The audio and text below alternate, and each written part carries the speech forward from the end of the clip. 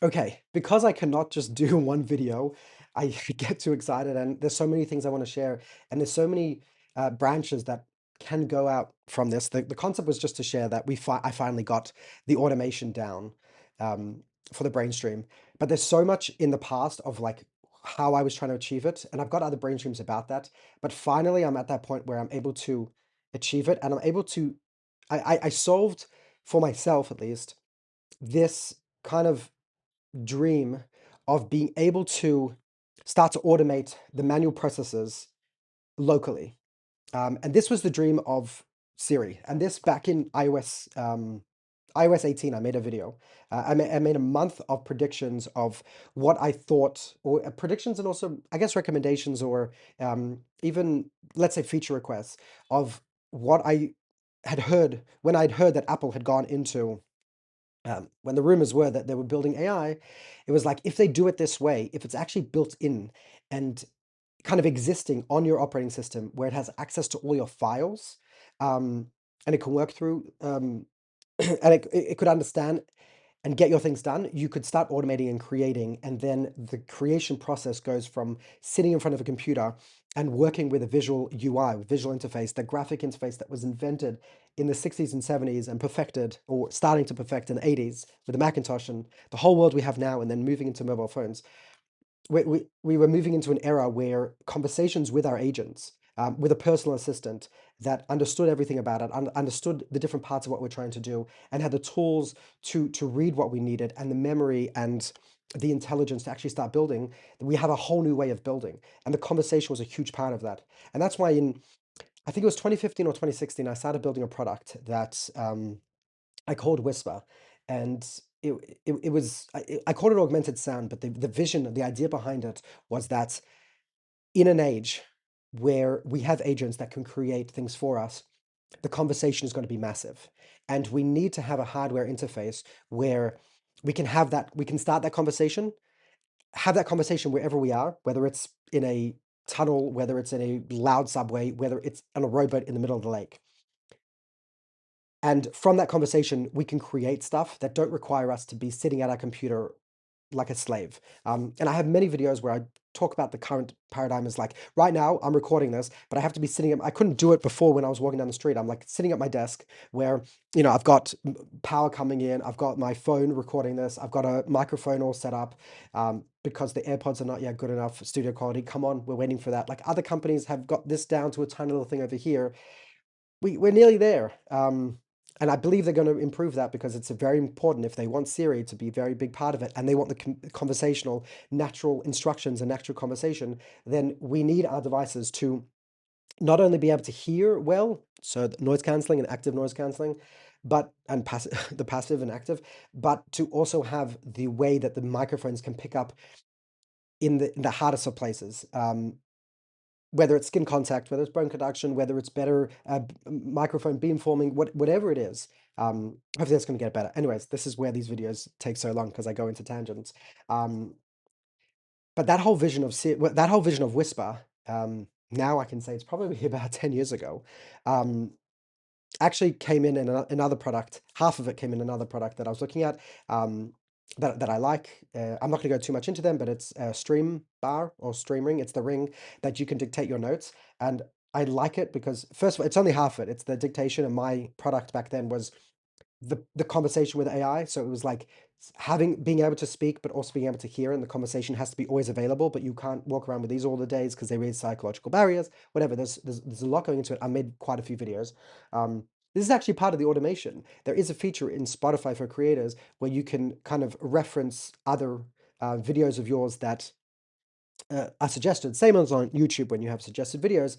But being able to like pull that out programmatically is also really cool. Being able to like go through all your episodes, find other episodes that read the descriptions or the titles and find which ones are there, and either suggest them or even be able to like choose them straight away. Again, it's just one of those things that like it's nice in the UI, it's a nice feature, but any part that is manual kind of holds up the entire line. I think Elon found that out when he tried to automate the entire car process, and he couldn't at that point. And he realizes sometimes um, when you want to ruthlessly automate, but if one or two things are not there, then you're holding up the entire line, and maybe it's not helpful to automate at that point until you can fully automate the entire process, which is what I found a few times.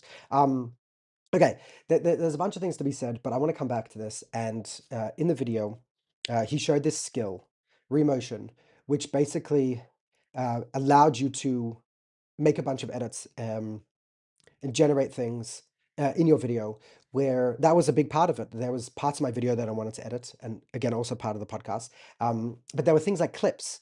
What I was doing was trying to find those best clips. Now, you can have third-party apps, but this all comes back to this idea of applications solve very specific niches. And what we've done, and I think I think I see this in myself, and I believe I see this in a lot of places, is that what we do is we look for a program that can solve everything we want, and we don't. And even if we like look for a specific issue to solve, what I've usually found is we find products that like solve 80% of them. So we pay them a subscription. We buy that product, we do it, but then we now need to find out how to solve the next 20%. And what happens is we then find another application that solves 80% of that next 20%, and maybe it solves a bit of the original 80%, but it's a whole nother program, and they don't necessarily speak well together unless they've built their APIs well to speak to each other. But then you yourself have to integrate them unless it's the same company, or unless those tools are big enough that they've already made the integration. And it goes on and on and on. And this is a big part of where we're at. We're at a world where we're getting closer and closer to be able to custom build the applications, whether it's mobile apps on our phones or applications on our computers, local or web, that we can start solving our problems, customized. So it kind of, the barrier to create apps has dropped right down. And so to be able to start creating custom apps, especially with open source tools and libraries and models that are out there that we can also leverage, being able to also have them speak to each other. Because before, most people, so like I said, the barrier has been lowered. And now we have these tools that are able to go past that and create those things. And whether they leverage those apps APIs, or whether they leverage MCPs that those apps would have created or someone else has created, to be able to have that conversation, or just to delve deep into the code and try to figure out what's there, is just that is game changing. And this is what this pipeline finally did. Before, when I wanted to do a clip, I could either go out and get, like, I think Opus Clip was it, and that's a very, very great product. But if I want to use them again, I have to use their interface. Most likely, I also have to subscribe. But because I'm using their interface, and because it's not necessarily tied into the whole thing, and if I don't hire someone that's doing this for me, then bringing that into the loop was just another hurdle. But to be able to create this with a video, when you're able to edit that as part of the pipeline, and be able to say, look, I'm looking to be able to create a 9x16, I'm making a composition, and I want to pull out this by these timestamps. And because I've got the transcription of the words from Whisper, which is all operating on my machine, and I've got that file, I've got that text or that JSON, I'm able to cut it out. Before, what I was doing is I was going into the main clip, I was making a duplicate, I was trimming it down into the time that I was able to find out and generate through an AI that was going through the transcript. But I would have to go in and manually clip that, then find the title, put the title in, put it into a folder, and then figure out where to use that clip. Now, the social aspect I haven't automated, but again, once I have these things generated, the world's your oyster. The same thing with thumbnails. I also finally got it to generate using Gemini Nano Banana, and I was able to generate thumbnails. Now, they're not great, and they're not yet what I'm looking for. But again, because the ground floor is there, and I can deal with and play around with the code, it just takes a little bit more time to tweak that and get thumbnails that actually work much better, convey what I want to convey. Could look out into YouTube and find out what other people are doing, and copy what works, and do all that research for me. And just by understanding my context, can create those thumbnails, but create multiple thumbnails, but also different resolutions, and save that straight away in the folder. Now, I still have to manually go and do that social because I haven't solved that yet.